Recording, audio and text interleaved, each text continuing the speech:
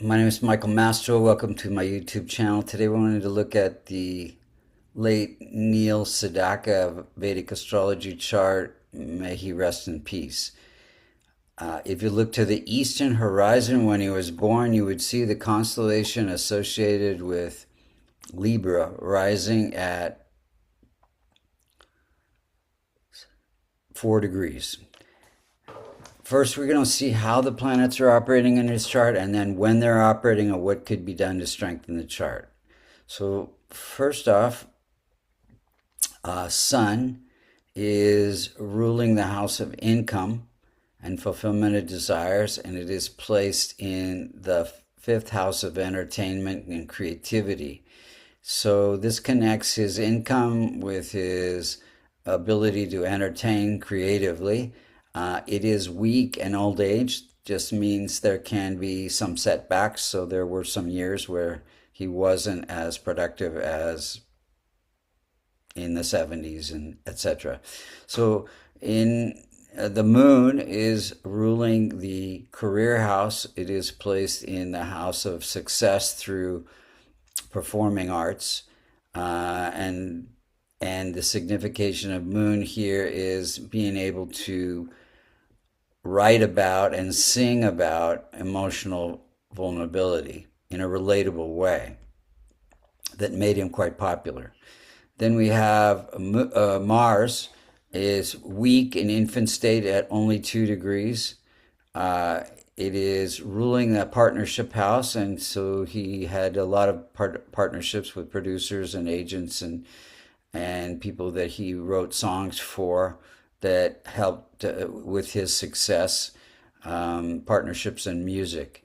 And then we have challenging Mercury. Any multiconal sign that sits in the 6th, 8th, or 12th, the Dustana challenging houses can bring some challenges at some point, either through the transit chart or the birth chart.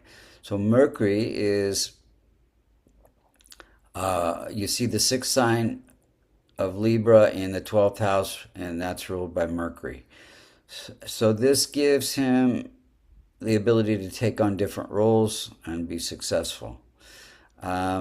Jupiter is ruling the 3rd house of success. It is placed in the house of entertainment and creativity, so connecting performing arts and success and entertainment. Venus is ruling the chart. It has to do with his life purpose, connecting that to Venus sitting in the house of happiness. So happiness comes through his ability to entertain and be creative, write songs, sing. Then we have Saturn. Saturn is poorly placed in the 6th house, ruling the house of entertainment and creativity. This connects creative entertainment through hard work and discipline, the significators of Saturn. And then we have Rahu and Ketu, always opposite, always teaching us something here.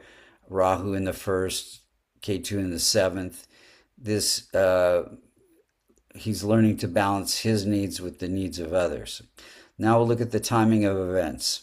In 1959, he wrote a song, one of his first songs that was a hit called Carol, and it was about Carole King, who was in one of his high school classes, and he had a crush on her. And this was, he was doing, pop music at that time. It's a Sun period, so Sun is bringing some income, ruling the house of income. In 1962, he got married, or he started dating and got married during a Saturn period, Saturn ruling the house, 5th house of romance. In 1970, he moved to the UK during the British invasion, which kind of dampened pop music in America, like UK rock, Beatles, etc., were more popular. This is a Mercury period. Mercury is ruling the 12th house of foreign moving away from home, basically. In 1974, he wrote the song Laughter in the Rain, which became quite popular during a Venus period, again, connecting with his life purpose, singing, songwriting. And also in 1975, Breaking Up is Hard to Do, probably, and he's moving more from pop to ballad in these types of songs. Again, Venus period, bringing fame through entertainment.